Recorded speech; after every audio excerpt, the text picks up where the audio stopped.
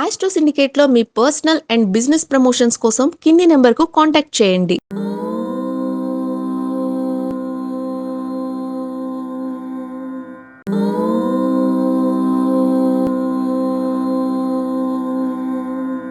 ఓం శ్రీ గురుభ్యో నమ. హరి ఓం. శ్రీరామ రామ రామేతి రమే రామే మనోరమే సహస్రనామ తత్తుల్యం రామనామ వరాననే. వాగర్ధావివ సంపృక్తౌ వాగర్ధ ప్రతిపత్తయే జగతః పితరౌ వందే పార్వతీ పరమేశ్వరౌ. యంత్రము, తంత్రము, మంత్రము వీటి వల్ల ప్రయోజనం ఉంటుందా స్వామి? అసలు యంత్రాలు పెట్టుకుంటే పని అవుతుందా? మంత్రాలకి చింతకాయలు రాలుతాయా? తంత్రం అంటే ఏమిటి అనేటువంటి వ్యక్తులకి సమాధానం.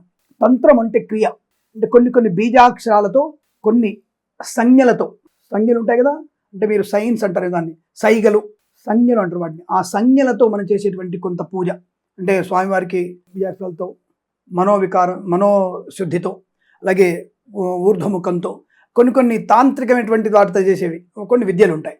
వీటిని తాంత్రికమైనటువంటి తంత్ర విద్య అంటారు. ఒక రకంగా ఇవి చేతబళ్ళకి వాటికి కూడా ఇటువంటివి జరుగుతాయి. సరే, ఇప్పుడు ఉన్నాయా అంటే నిజంగానే ఉన్నాయి, కానీ ఇప్పుడు అంత నిష్టగా పర్ఫెక్ట్గా చేసేవాళ్ళు లేడు. చేసినోడికి దెబ్బ తగులుతుంది, మనకి ఏం తగిలే అవకాశం లేదు.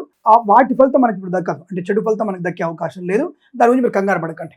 అంటే చిల్లంగీలు, చేతబళ్ళు ఇవన్నీ కూడా ఉన్నాయి, లేకుండా ఎందుకు ఉంటాయండి? నిప్పులేంది పోగొస్తుందా? ఆలోచించండి. సరే, ప్రస్తుతానికి పక్కన పెడితే అవి తాంత్రిక విద్యలు. ఈ తాంత్రిక విద్యలు అనేవి ఇప్పుడు కొంత మనకి, అంటే ఇప్పుడు మన కేరళలోను, కొన్ని మలయాళ దేశంలో ఎక్కువగా ఇవి తాంత్రిక విద్యలు ఉంటాయి. అంటే భగవంతుని సేవ కూడా తంత్రోక్త విధానంగా ఉంటుంది, అది సంజ్ఞల ద్వారా చేసేది. ఇక మంత్రం అనేది మన తెలుగు రాష్ట్రాల్లో కానీ ఇతరత్ర దక్షిణ భారతంలో కానీ జరిగేటువంటిది మంత్రోక్త ప్రధానమైనటువంటి పూజలు. దాని అనేక రకాలు, సత్యనామృతాల నుంచి మొదలుపెట్టి గణపతి పూజ, గణపతి హోమాలు, దుర్గా హోమాలు, చండీ హోమాలు, మణిసూక్త హోమాలు, భూసూక్త హోమాలు. నిజంగా చెప్తున్నారు కదా, శత్రువుల బెడద నుంచి బయటపడడానికి మణిసూక్త హోమం, భూ సంబంధ లావాదేవీల్లో మనం చేసుకోవడానికి, లాభం గడించడానికి భూసూక్త హోమం, భూసూక్త పారాయణం, ఈ మణిసూక్త పారాయణాలు, చండీ పారాయణం, చండీ హోమాలు, సుదర్శన పారాయణం, సుదర్శన హోమాలు, సుందరకాండ పారాయణం, హనుమద్ హోమాలు, ఇలా తప్పకుండా ఉన్నాయి. ఇది మంత్రోక్త ప్రధానమైనది, అంటే నిష్ఠాగరిష్ఠమైనటువంటి మంచి మంత్రసిద్ధి పొందిన వాళ్ళ చేత మనం కనుక ఇటువంటి హోమాలు చేసుకుంటే దాని ప్రతిఫలం ఖచ్చితంగా ఉంటుంది, శీఘ్రంగా ఉంటుంది, ఉండకుండా ఉండదు. అయితే మన సంకల్పం గట్టిగా ఉండాలి. నీకు అచంచలమైనటువంటి విశ్వాసం అనేది దేవుడి మీద, అమ్మవారి మీద ఉండాలి. ఉన్నప్పుడు దాని మీద ప్రయోజనం ఉంటుంది. ఎందుకు? రుద్రహోమం చేయండి, మంచి ధనవృత్తి బాగా ఉంటుంది. అసలు ఆ రుద్రహోమంలో చేసేటువంటి మంత్రాలతో అనేకమైనటువంటి దివ్యమైనటువంటి అనుబంధాలు, ఆ లోపల ఉన్నటువంటి మంత్రాల వల్ల వర్షము, ధాన్యాలు, బియ్యము, బంగారము, ధనము ఇవన్నీ రావాలని ఆ స్వామిని పూజించే విధానం ఉంది. అది రుద్రమంత్రాలు చాలా ఉన్నాయి. ఆ రుద్రమంత్రాలతో ఆ పరమేశ్వరుని పూజిస్తే ధనయోగము, కీర్తి, గౌరవం, ప్రతిష్ట, ఆనందం అన్నీ పెరుగుతాయి. మనకి సంకల్పం గట్టిగా ఉండాలి, పూర్తి విశ్వాసం. మీరు ఆ హోమం చేస్తున్నప్పుడు శివ పరమాత్ముడు మీ కళ్ళల్లో, మీ చేతల్లో కనపడాలి. అలా వచ్చి కూర్చుంటాడు ఆయన. ఓం నమో భగవతే రుద్రాయ, ఓం నమస్తే రుద్రమన్యవ ఉతో తైషవే నమ, నమస్తే అస్తు ధన్వనే బాహుభ్యాముతే నమ. ఇలా మంత్రం చెబుతున్నప్పుడు ఆ శివుడు అసలు హాయిగా మన మంత్రాలు వింటూ ఆయనకు కూర్చోవాలి. త్రయంబకం యజామహే సుగంధిం పుష్టివర్ధనం ఉర్వారుకమివ బంధనాన్ మృత్యోర్ముక్షీయమామృతాత్.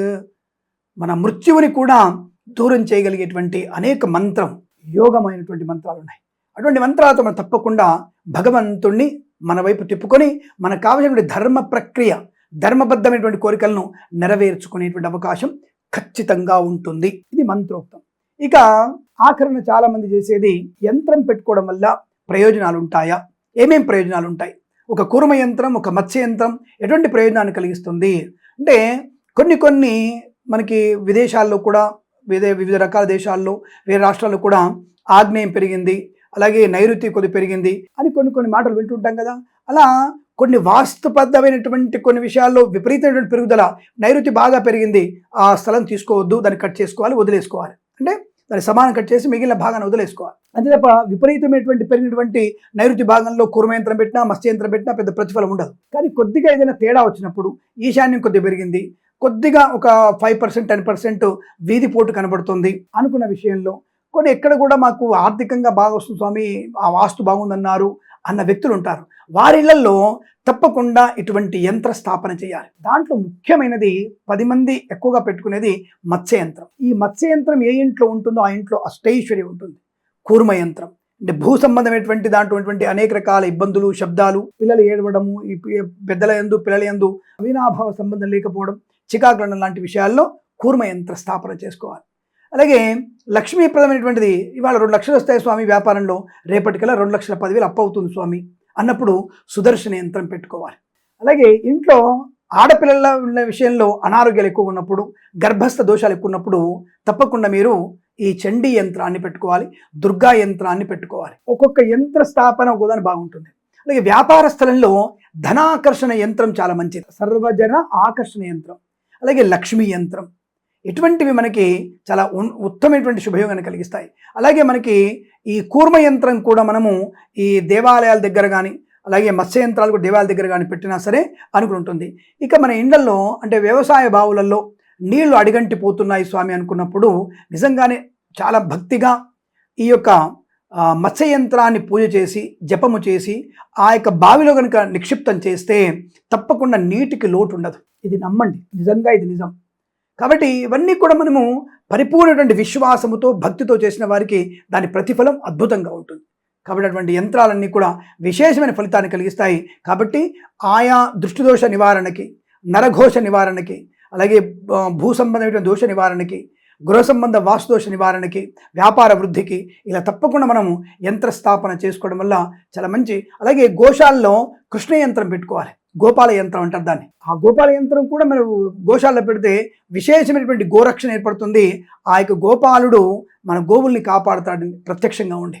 ఇక్కడ కూడా మనం గోశాలలో కూడా గోయంత్రాన్ని పెడితే వాటికి అనారోగ్యం రాకుండా ఉంటుంది. ఆ పాలు తాగడం వల్ల మనకి సమృద్ధి అయినటువంటి ఆరోగ్యము, బుద్ధి, జ్ఞానం పెరుగుతుంది. కాబట్టి ఇవన్నీ కూడా మనం యంత్రాల వల్ల కూడా ప్రయోజనం ఉంటుంది. మంత్ర తంత్ర యంత్ర సిద్ధి అనేది ఖచ్చితంగా ఉంటుంది, అందులో మీకు సందేహం లేదు. ఎవరికైనా ఏమైనా అనుమానాలున్నా, ఏదైనా వస్తువులు యంత్రాలు కావాలనుకున్నా తప్పకుండా మనల్ని సంప్రదించవచ్చును. మరి ఇటువంటి మంచి విషయాల్ని మీతో పాటుగా 10 మంది చేరాలంటే మీరు సబ్స్క్రైబ్ చేసుకోవాలి, మన ఛానల్ని లైక్ చేయాలి, షేర్ చేయాలి, ఇన్స్టాగ్రామ్ ఫాలో అవ్వాలి. అలాగే 10 మంది చేత మన ఛానల్ సబ్స్క్రైబ్ చేస్తే మీకు శుభం, నాకు అనుకూలవంతమైనటువంటి యోగాలు కలుగుతాయి అన్న విషయాన్ని తెలియజేసుకుంటూ మీరందరూ కూడా అఖండ ఆయురారోగ్య ఐశ్వర్యాభివృద్ధి ఉండాలని, జన్మజాతక దోష నివృత్తి కలగాలని మనస్ఫూర్తిగా కోరుకుంటూ సర్వే జన సుఖినో భవంతు. ప్రేమతో మీ కిరణ్ శర్మ.